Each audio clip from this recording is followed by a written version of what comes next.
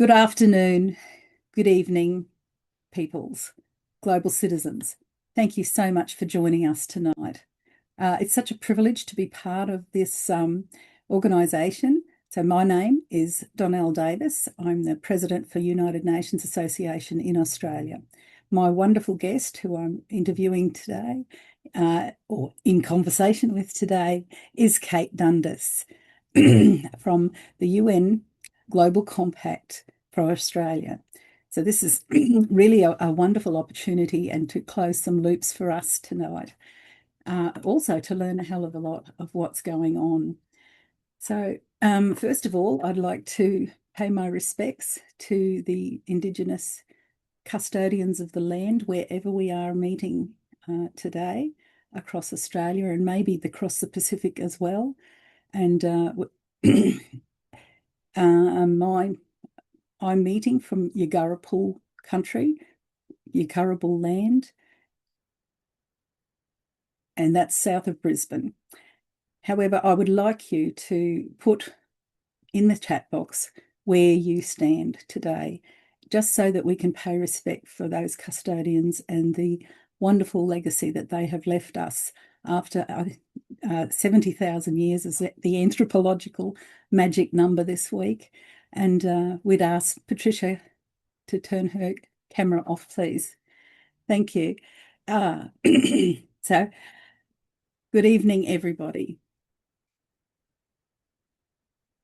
It's my pleasure to be able to introduce Kate Dundas. Kate has just had the most amazing conference. And for those of us who missed out on that, this is a wonderful time for us to find out about that. Now, Kate is a pretty marvellous person, as you're probably going to hear very shortly, and she's got the most wonderful accent that just encapsulates us. So Kate is currently the Executive Director for UNGCNA, so that's Network Australia, and she's the Australian Local Network for United Nations Global Compact, so there's quite a bit in there. As an Executive Director, Kate leads a team of experts in the field of business and human rights, environment, climate change, anti-bribery, corruption, and sustainable development. Or I could read out the whole 10 principles, but I think that would take us too long. Kate is experienced and well-regarded executive and leader for the last 20 years with experience in the public and private sectors, specifically in sustainability, strategic foresight, strategy, and city planning. So she's a kindred spirit in urban design. She holds degrees in industrial design, landscape architecture and urban design, and is a graduate of the Australian Institute of Company Directors, Crunlana Centre for Ethical Leadership, the Harvard Executive Education for Social Sustainability Leadership Program, and she's an Executive MBA candidate. So on that note, I'd like to, just a moment.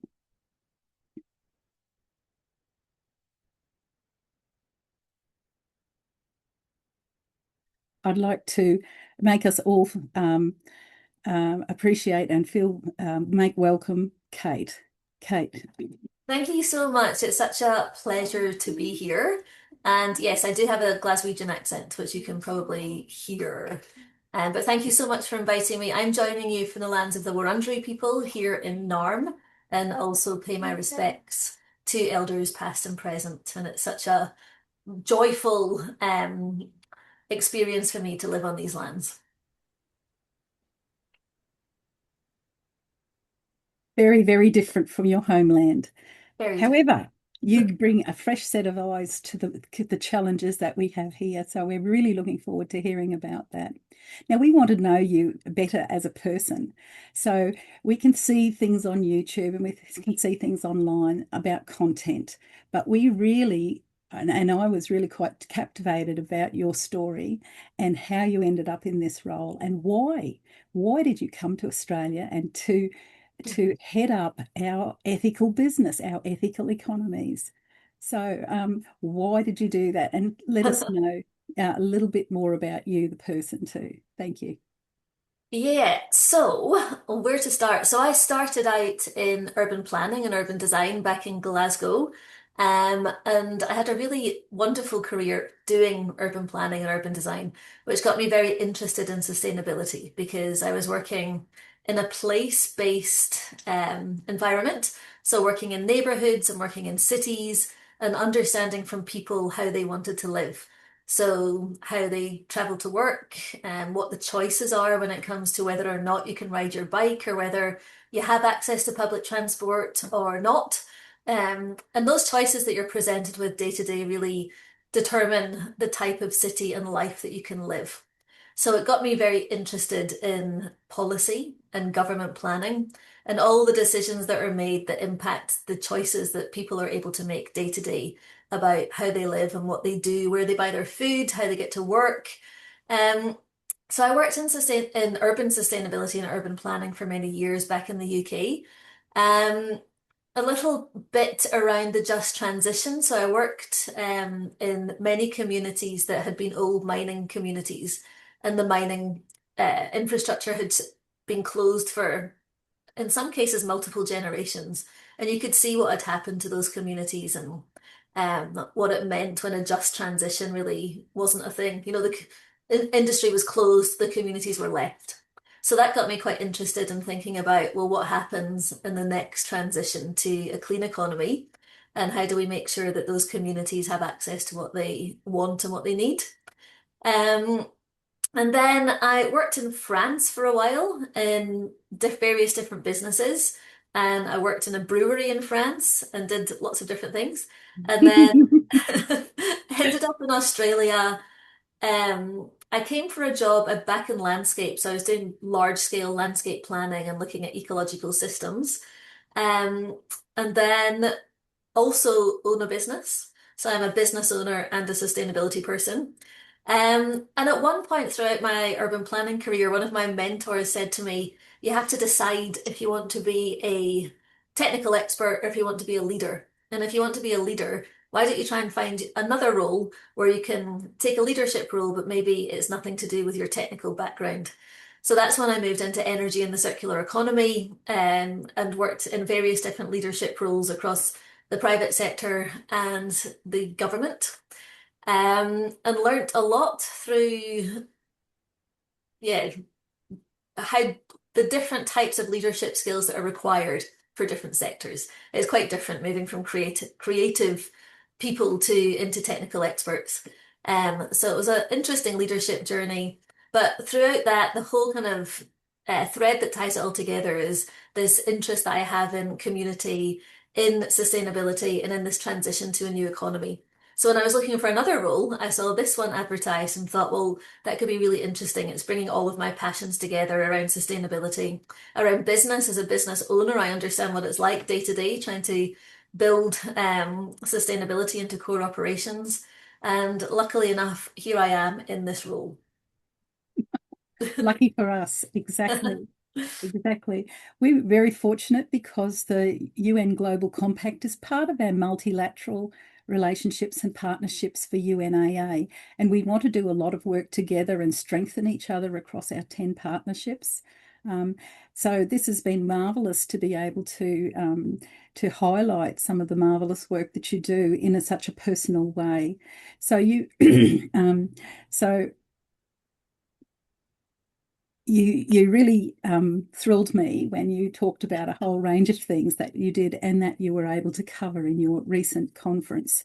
So I understand that you have formal outcomes, but I want to know what ones really struck you as inspiring and a little bit different and a little bit innovative so that we can actually push the envelope together. So what sorts of things came out of that special conference for you? But you might want to explain what the conference was all about as well. Yeah, yeah. Actually, I might talk a little bit about what the UN Global Compact is first, because there's probably some people on listening to us who've never heard of it. Um, Absolutely. Yeah. yeah. Yeah. So the United Nations Global Compact was established about 25 years ago. Actually, it was 26 years ago because we had our 25th birthday last year to mobilize business as a force for good. And what really is special for me about the UN Global Compact is its ability to bring business into the heart of global problem solving. So the UN Global Compact aligns companies with the 10 principles. So you've referenced the 10 principles a few times, Donnell, but the 10 principles cover human rights, labour, environment, and anti-corruption. And we also have our sustainable development goals, which you're probably all aware of. There's 17 of them.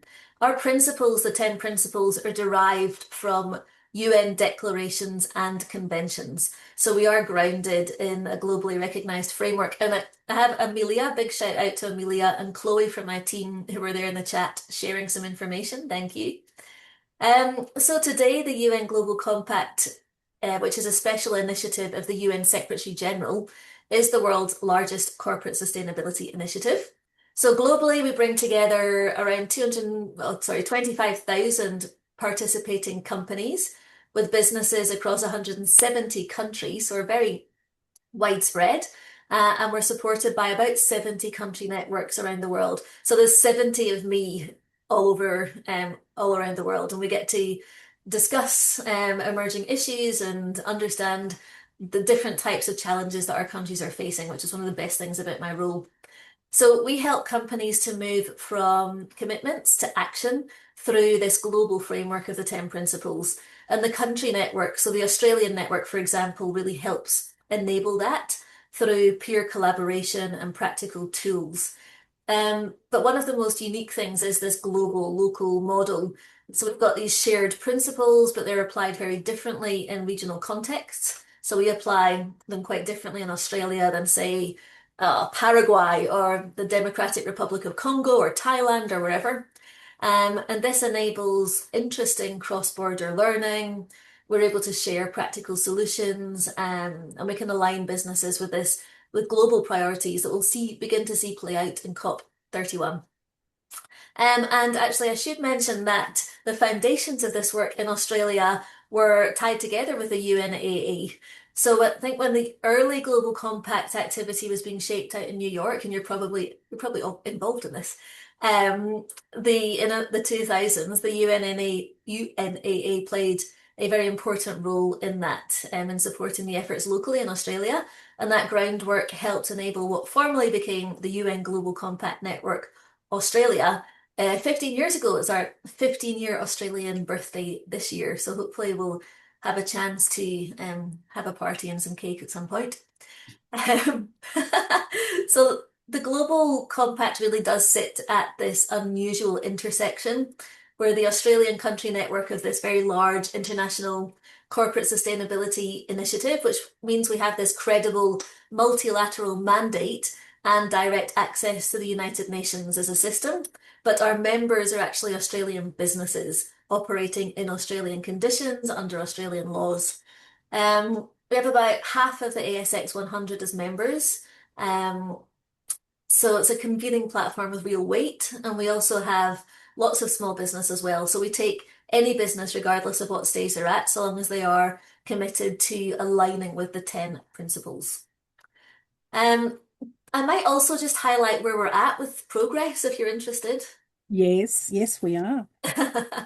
So the business case for sustainability has never been stronger, but we are operating in quite difficult global headwinds with what's happening in the USA. We have AI on the rise, quite difficult tensions. So in some ways, sustainability is falling off the radar when it comes to the media perception of what's going on, but businesses are not changing what they're doing. And they might be a little bit quieter about it though. But every year we survey our CEOs. About 88% of CEOs say that the business case for sustainability is stronger than it has been ever. And 99% of global CEOs really plan to maintain or, in fact, increase commitments around things like human rights, sustainability. But you probably won't hear much about that in the press. But we are at a critical turning point. There's only 35% of the SDGs are on track, and fewer than 1 in 3 companies feel well prepared for global challenges, of which we are seeing many. Definitely, you'll hear the term polycrisis spoken about. So there's this gap between ambition. Companies want to do something, but the execution isn't happening yet. And that's really why we're here and where we play a role to try and turn that ambition into action. And we have a lot of successful case studies locally. For example, IKEA Australia cut their emissions by around 90% since 2016 while growing their revenue by about 70%. So that's an interesting case study. And Intrepid Travel has a living wage for every single person in their supply chain, which is really amazing. They operate in many, many different countries. So they're also a certified B Corp. Um, and I mentioned COP31 earlier. Do you want me to touch on that too, Donnell? Yes, I might just go back and say you started off with, or we started off with 6 different categories of organisations that can apply to be a Global Compact member. I understand that that's grown now. You have more than 6 categories. I don't even know what those 6 categories were, Oh, but we, no, no, that's all right. That's all right.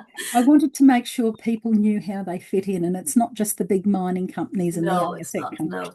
About half of our membership, so in Australia, we've got about 380 businesses as members. Around half of them are corporates, around half of them are small and medium business. Yeah. So we work with $30 billion plus companies and also companies that are a single person, or they might be a couple of people. Amelia's just popped a link into our participants so you can actually see all the different people that are part of the network. So it's quite diverse. It's very diverse across I think every sector in the ASX, and every scale and size of business, and also every maturity level of sustainability. So people will join us having absolutely no idea where to start, and then people will join us with 20 people sustainability teams. So depending on where they're at in the journey, they will engage with us in different ways. Mm. Okay. Well, 20 years ago, I had greening the boardroom because we had a big gap when Ian Dunlop left the securities Mm. the company directors. There was a Yeah. big gap, and no one wanted to look at environmental risks. So that was a big opening for me. And it was also when we gave awards the same way you do, but it was a very small scale. And I'm so pleased that this happened. And of course, when 25 years ago, all those sorts of ethical businesses and even churches, all sorts of organisations really wanted to see something different, which is the 10 Mhm. principles. So I've got really long connections, and I'm on your page. So Yeah, yeah. and a lot of that work that you did back then has really set the scene for what we do now. So, don't underestimate how important it was. Oh well, sometimes it's tough to be a leader. I didn't make any money out of it, but boy, I learned so much, as you do with every one of your organisations that you're involved with too. So I'm interrupting you, and you were going No, to talk no, I think it's good to hear from you as well as me. about, oh, too many stories from me. Um, yes, and and I'd like to have a few little comments at the end if that's possible. Absolutely. Anytime you Um, want. Now, oh, it's supposed to be a conversation. You're going to ask me questions later, aren't you? Yeah. Okay. So you were going to talk about COP31 because Yeah. we've actually had some interesting meetings on COP31 today, actually. Yeah, Yes. great. Mm. Maybe I'll talk a little bit about COP31 and then Donnell, you can talk about what you've been doing today to add some colour. Oh, Um, so But I'll talk about COP from the perspective of how we're trying to get businesses involved, because it is a good way to connect businesses into the multilateral system through the UN Climate Change Conference, which you'll hear referred to as COP. The UN calls a lot of things COP, but this one is the UN Climate Change Conference, COP31. And this year it's being held in Antalya, Turkey in November. So Turkey are the host country and Australia are the presidency for negotiations. So it's a joint collaboration between the two countries. So we've developed a COP31 engagement plan for business, and that's available on the events section of our website. And that's to support the way businesses can engage on these climate negotiations that happen each year. So we're trying to ensure we're fulfilling our role in this multilateral system to bring business closer to government. And also, I haven't mentioned civil society yet, but one of the really important things we do is also bring civil society, universities, and others into the conversation. It's not just business. And we're hearing and finding out more and more things about COP31, which hopefully you can enlighten us on too, Donnell. But we know that this year is going to be known as the COP of implementation. So, going back to what I was saying about closing that gap between ambition and action, and the business COP. So COPs have two different zones, the blue zone, which is where all the negotiations happen, and the green zone, which is open to the public, and typically run by the host country. So Australia this year will have green zone presence, and the green zone's open to business sponsorship, so companies can have pavilions in the green zone. And that's that with the idea of trying to improve this business engagement with COP to, businesses can really drive a lot of this change. There are a lot of the at the forefront of a lot of the issues that we're talking about and have the ability to make a big difference and a big impact. But I'd love to hear from, yeah, what have you been talking about today when it comes to COP? Well, we had to look at the reason it's called the Council of the Parties. That's what COP stands for. And sometimes they've got other events in the UN called COSPs, which is the Council of State Parties. So they're run very differently. But it's the areas that, and we're really interested in having civil society having a voice in this and helping shape how we want the future we want, which is our mantra, the future we want, the UN we need, and the role that we play in it. And that's the sorts of things that you're giving us tonight as well. Now, we had a couple of meetings on COP today, but the themes and the really important stuff for UNAA has been making sure we've got the youth voices, and that's carrying on the human rights Pact for the Future for a start, which is a safer um, intergenerational responsibilities, but also and the youth with the human rights obligations that came out of the Safer Futures for Future Generations, which is really making sure kids have choices and have to think about having visions. I mean, we older people think about having visionary and foresight, but having the young ones having foresight, thinking about so many generations is amazing. If you've ever seen them in action, they are very inspiring, and we oldies can learn from them. That's one area that we were concerned about, and we were also not concerned, but we're making sure. So I met with UNICEF today, who's also well and truly involved with the Council of Youth, and that's happening in Australia, but also in the Pacific. So it's and our UN youth are involved with that, and the UN youth are part of UNAA. Very special, very very special, and they're really punching above their weight and doing amazing things. So that's a wonderful opportunity for the youth side of things. Having the First Nations voice has been really important for us, and that's not just the First Nations voice for Australia, but the First Nations voice for the Pacific. So really, when you come and look at the roles of the Pacific in the three new envoys we have just announced in Bonn last week, and a few days ago. And some of the Pacific leaders who we come across in our other multilateral relationships are just amazing. And when you look at what's happened this year, we've got the Santa Marta, a coalition of the willing, who really pushed the envelope. And the part that got me the most exciting part was Mary Robinson saying, we pay 3 times for fuel. And you're saying, what? And of course, the first time you pay at the Bowser, the second time you pay in royalties, and then the third time you pay is in pollution and the impact that it has on humans and ecocide. And then we get into the crimes against humanity, which follows on from the ICJ opinion that was a couple of weeks ago. Really important to see the extent of the UN General Assembly voting on the who's causing harm and who's responsible and how we go about that. So today we had lovely meetings with our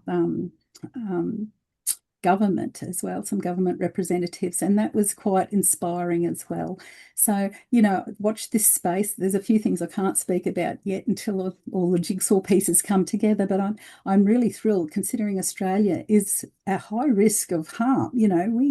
If we're going to continue allowing coal mines in Queensland and Woodside doing extensions and things like that, that doesn't necessarily align with electrification and doesn't really align with no harm. So we've got to be very careful in the way that we navigate this because we could look quite embarrassed. Mm. Australia could look quite embarrassed. So we have to make sure that we can do all we can as civil society, of course, and government and the roles that we play to make sure that Australia is not put in a vulnerable, an embarrassing or less than reputable situation when we have so many good scientists, so many good people, so much compassion, so much business innovation here that we export to everywhere else. You know, so there's some of the things that were happening today.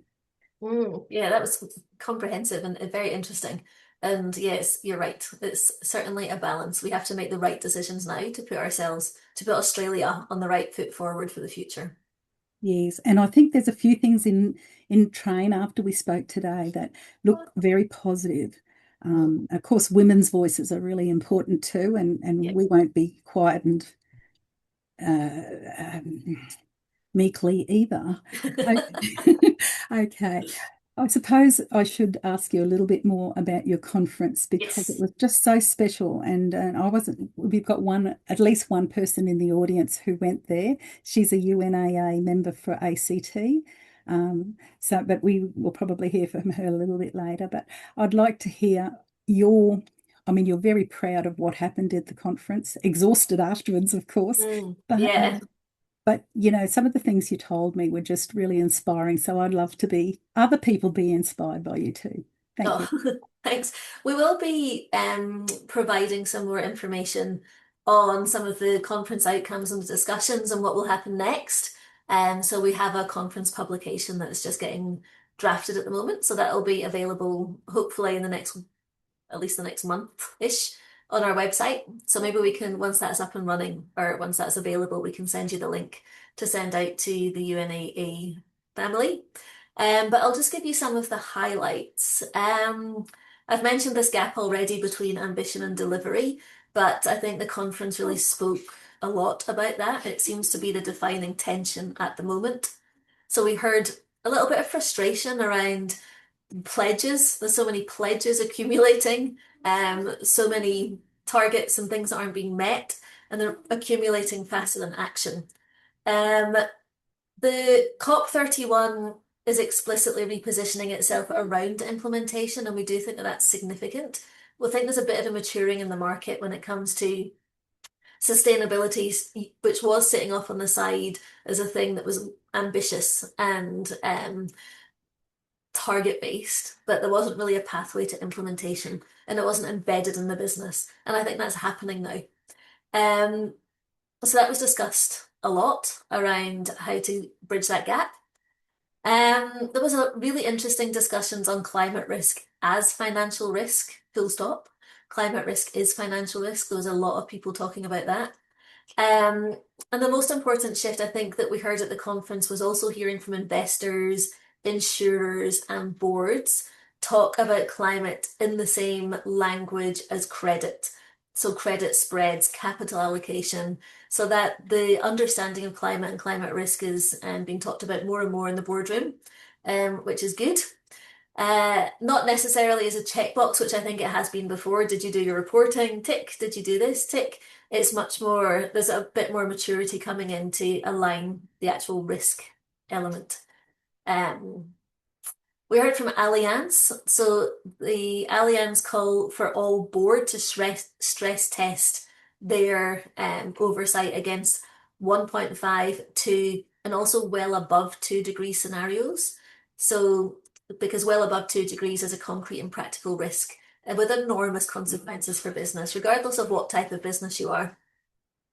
Um, there's a lot of discussion around reporting. So we have our new mandatory climate reporting laws that came into place a year ago now. So there was a lot of discussion on reporting, a lot of frustration around reporting because many sustainability leaders who went into this career are now doing a lot of reporting where I think they went in thinking they were going to change the world.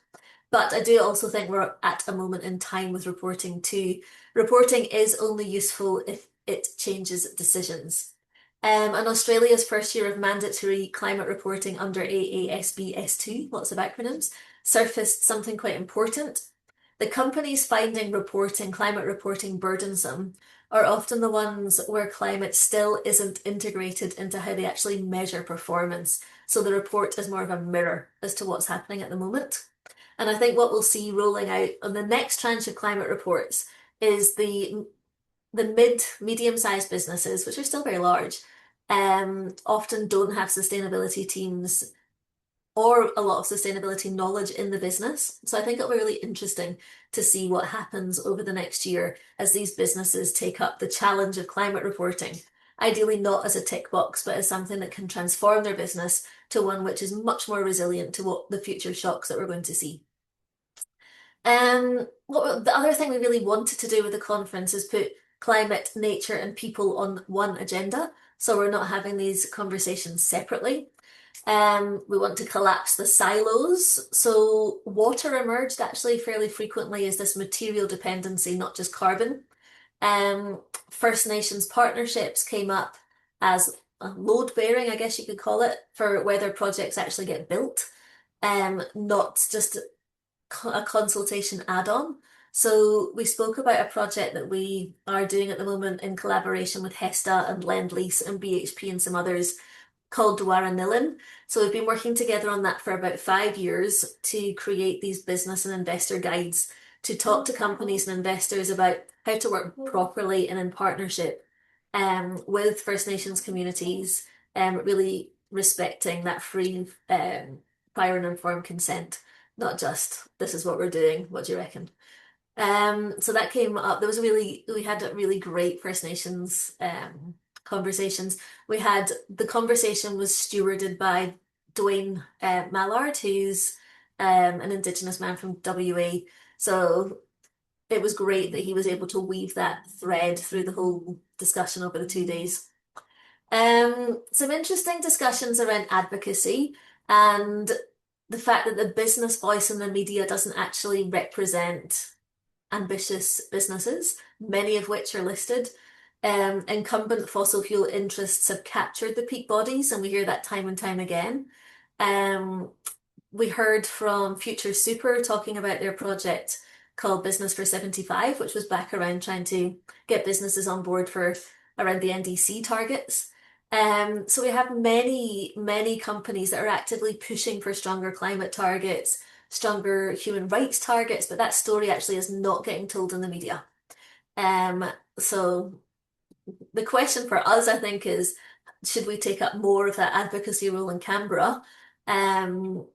Is that for us or for someone else to do? But there needs to be an alternate voice to the traditional business peak bodies because they're not representing the ambitious business in Canberra. Something that I'm passionate about is the fact that I think we're losing on narrative. When I say we, I mean us, all of us together, who care about progressive change for the planet and embedding the 10 principles in the SDGs. The conference was quite candid that the climate movement has become really boring, speaking in Scope 3 jargon and lots of acronyms, and it can really, it's not compelling sometimes. Whereas this other side, the populist side, runs on human stories. It's much more engaging. So we need to be much better at person-to-person engagement, much better at plain language, and talking about energy costs and security, and recognizing that people are in a cost of living crisis, and we need to be talking to the things that matter to them, not this sort of lofty, jargony language that people it does not resonate with people. That is very comprehensive, and that's your personal take. So that's even more important than us reading a set of outcomes. I mean, we're very interested in the set of outcomes. No, we're very, we want to be true and reflect the right sorts of things that a lot of people have contributed to. And it's really great to see that there's this groundswell for this. When it came to greeting the boardroom, we had 200 questions, and you might still use those 200 questions, and hardly anybody in the boardrooms got to 50%. Yeah, there is a enormous capability gap at board level and executive level across Australia. Actually, globally, we see this through our surveys. I think there's some I think in American boardrooms, there's about 4% of board directors who really have any basic understanding of sustainability from the broadest sense, that interconnected sustainability around how climate interacts with human rights, interacts with anti-bribery and corruption, nature. So, that comprehensive systems-based understanding of the poly crisis that we're in is definite capability gap for sure. Yeah. So I guess it leads us on to what would you like us to do? Now, the us can be uh, community, us can be civil society or advocates. Us could be businesses. We've got small businesses in the audience, and we've got a lot of active advocates who do change things. Now, we also need to work with the professional bodies, because when I did an assessment of professional bodies and how they educated on climate and environmental issues, um, they didn't get to even 10%. So some of them said, oh, Interesting.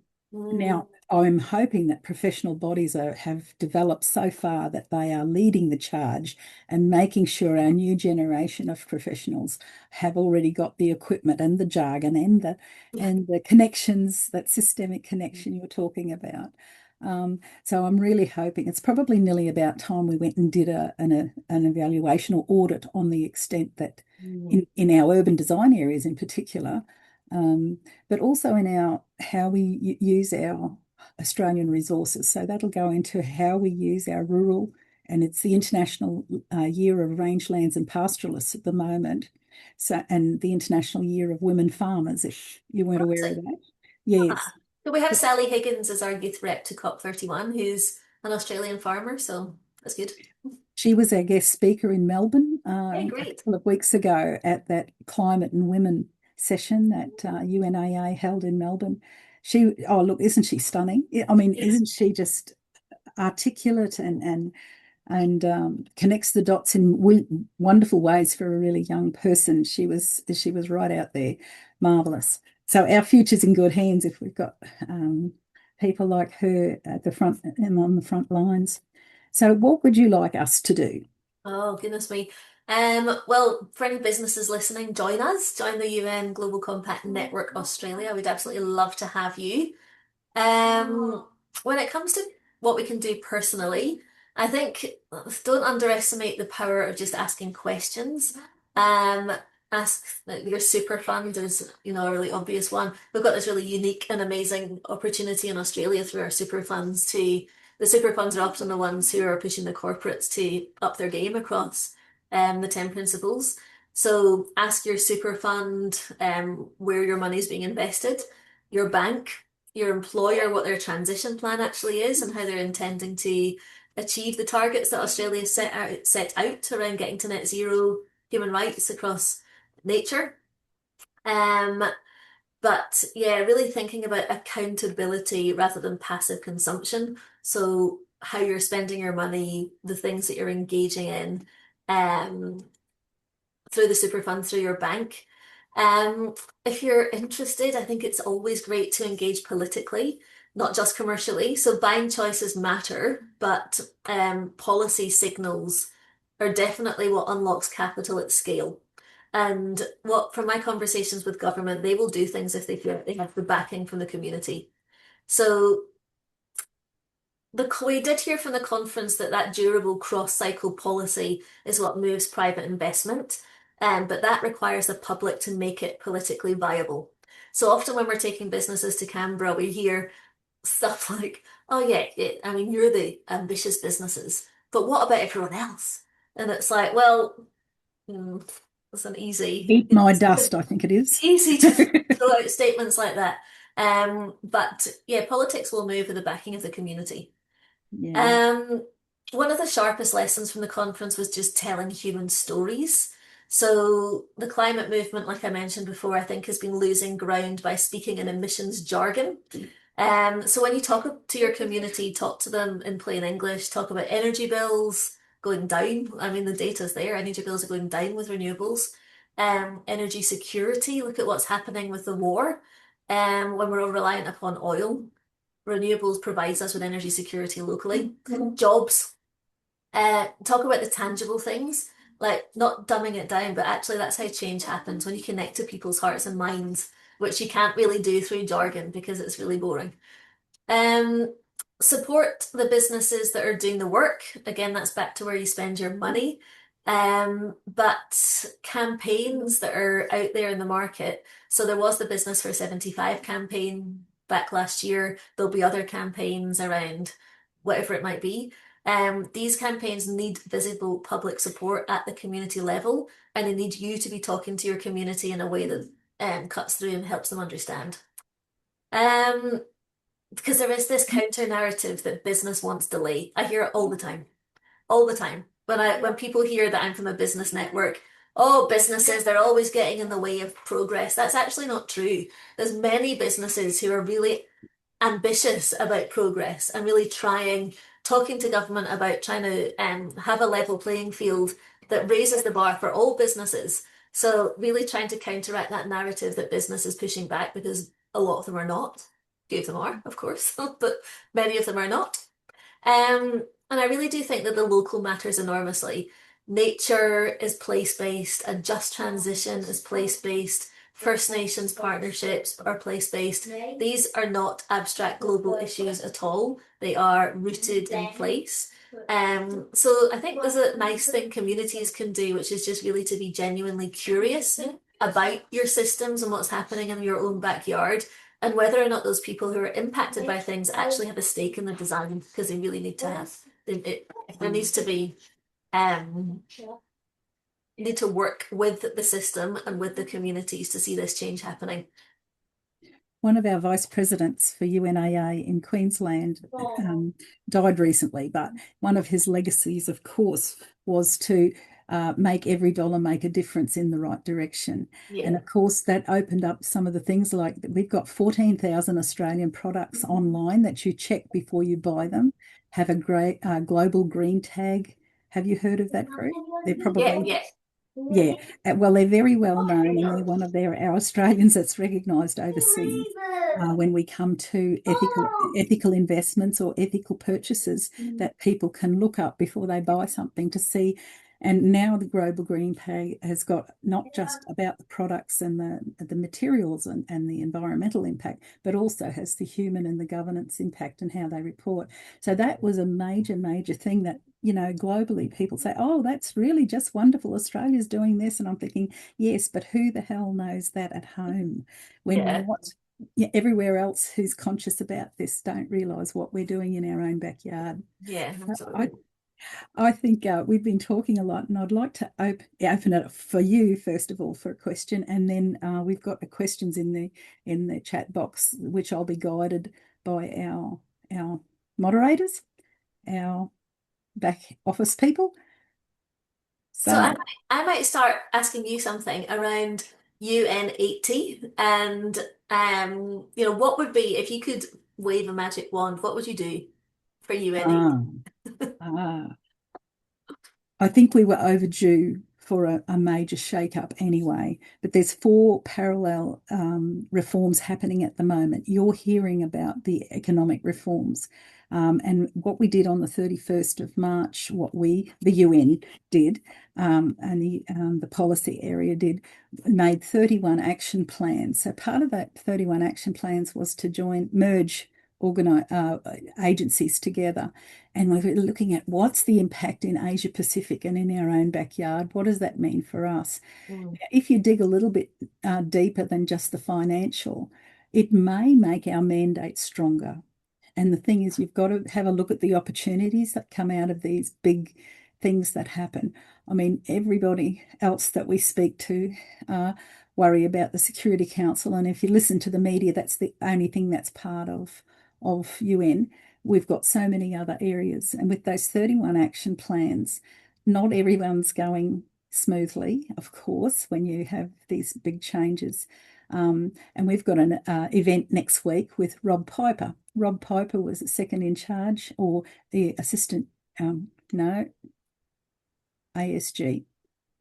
Assistant Secretary General for the UN, and he's our speaker next week for the UN reform. So we're going to, and that's online. You're most welcome. I think I've sent an invitation, but I'll send it to you personally. And anyone in the audience, it's online, but it's also in person. So 50 of us are able to sit with him in person, and then everyone else online. And that's being hosted by the ACT. Division of UNAA. So we get the opportunities to have access and we get the latest information. So next week will be the latest information, and he's going to be much, much better than me at explaining that. So I might just, yes, it sounds frightening and you're only going to hear the bad news, but I'm an optimist, and I think every time there's major change, and it does hurt people because they're putting people off in the UN. But what it means is the bureaucracy might be getting smaller, but the actual focused work may be getting stronger. So, and the civil society can work with those focused work and actually influence the positive and effective outcomes for those, and get return on for every dollar that gets invested has a better multiple effect in the grassroots areas. So I'm optimistic.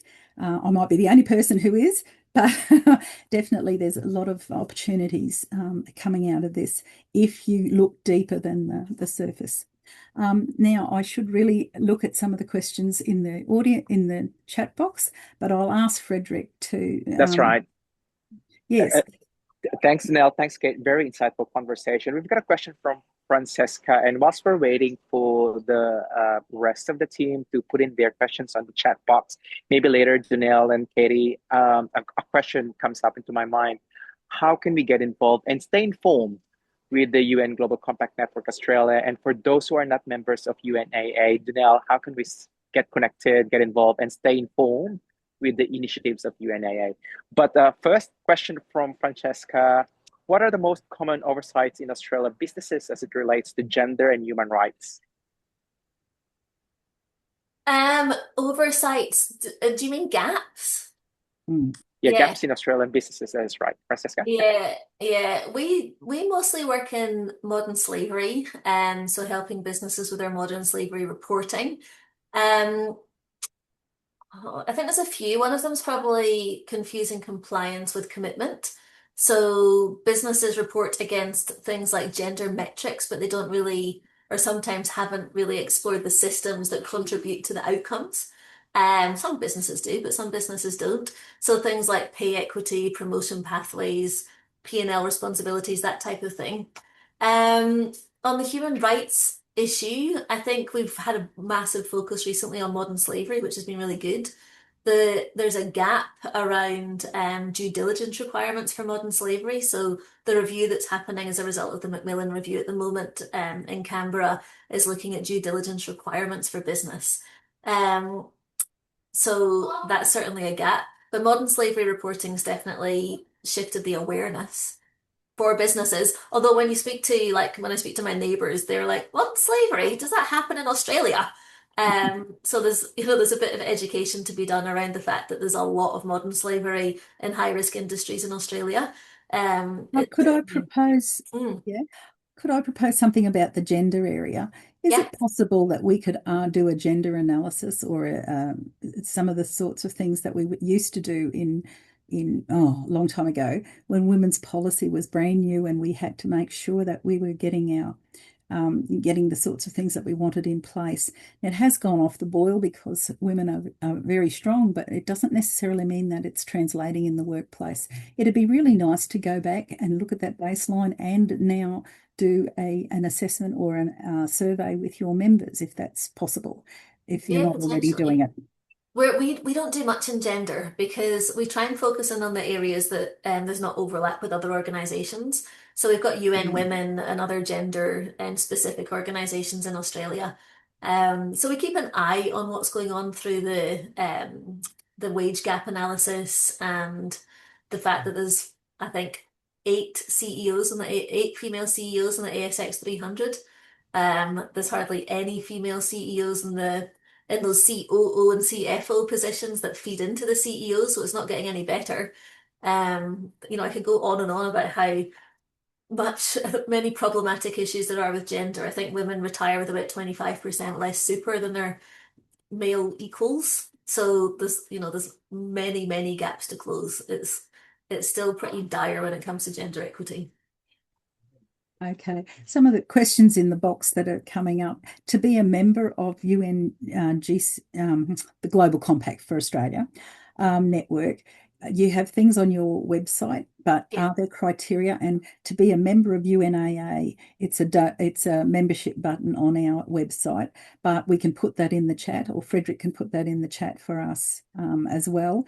UNAA membership is cheap as chips, but perhaps the Global Compact is a little more expensive. But tell me a little bit about So your criteria for membership. we we don't have individuals as members, we have businesses as members. So the business joins, and then every employee within that business has access to all of our materials. So things like the UN Global Compact Academy, which has hundreds of training videos on it, access to things like our communities of practice, where we bring practitioners together to learn from one another, um, various other different networking activities and things that we do over the year. So, yeah, you have to advocate to your business to join, and often it's one person with a passion in the business who enables that pathway to joining for the business. So if you're interested, talk to us and we can come in and present to the business and talk about what we do. Very happy to do that. If you're a small business and you can make that decision yourself without having to go up through the board or anything like that, then you can just press the join now button on our website as well. Yes, and there's different rates for different sorts of businesses. That's Yes, why I was getting back to the categories. But yeah. anyway, I think it's in the chat with our wonderful people our back office doing marvelous things. Now, Frederick, next question, because we Yes, only have there's another. 6 minutes That's left. right. Thank you, Kate. Now, another question. Kate, probably you're familiar with Richard Curtis, where he did a UK campaign on green pensions, make my money matter. The question is, what would that look like in the Australian context? Oh. Uh, We can take that on notice. Yeah, like I think we've got $4 trillion in superannuation funds. If trillion, when I found out that Elon Musk was a trillionaire, I was Googling, like, explain to me, how can I conceptualize $1 trillion? So if you're standing and someone's standing a meter away from you, that person's a millionaire. If they're standing 1,000 kilometers away, they're a trillionaire. Like $1 trillion is so much. We're the fourth largest pension pool in the entire world. It's an enormously interesting space, super funds. And honestly think most Australians have absolutely no idea what their super funds are invested in, whether they're invested in fossil fuels, tobacco, harmful activities. Honestly, the majority of Australians probably really don't know. So you could have a campaign around making it legible, making it very clear what your money's invested into and what it's destroying as a result. Um, and you can probably connect it to gender and all sorts of things as well. But yeah, I don't know. There's lots of opportunity with super funds. Very good. Any other questions? That's it in the chat, Donnell. Kate? Okay, wonderful. So we'd now like to open your cameras so that we can see each other rather than just us two. And if you open your cameras, we would love to take a joint photo or several screenshots of our wonderful, compassionate, ethical economy people in the audience. Okay, so I just have to change my view as well. So I encourage anyone who's still there to turn their camera on and to turn their, okay, here we go. Okay, well, we might have to take a photo like this. Okay, wonderful. I can see some very familiar faces. Thank you very much. I hope we've been able to cover quite a lot in today. I'm sure I have. I've even learned even more than when we met the other day and or a month ago. But as well as that, you've planted some seeds for us to think about and to advocate with. So next time we join as a multilateral group, we like to do that with our partners. I'd like for us to look at doing those multilateral things together with our other UN organisations so that we are all singing the same songs together. And that means as Australians, we're able to capitalise on this wonderful capacity that we do have, and $4 trillion of super funds. Isn't that fantastic? Okay. So on that note, I'd like to thank everybody, but especially Kate for spending, she's got 2 children around her feet while she's speaking to us. So Kate, thank you for finding time for us, and you're doing a marvellous job. I'm so proud of what you've been able to achieve. And until next time, or next week, I'd like to do a plug for our event next week. And we have Brian Gleeson on the screen here. He is our Vice President nationally. He's also our ACT President, and he's the one who's organising this arrangement with Robert Piper, who's the UN Reform Man. So all your questions, Kate, I encourage you to come and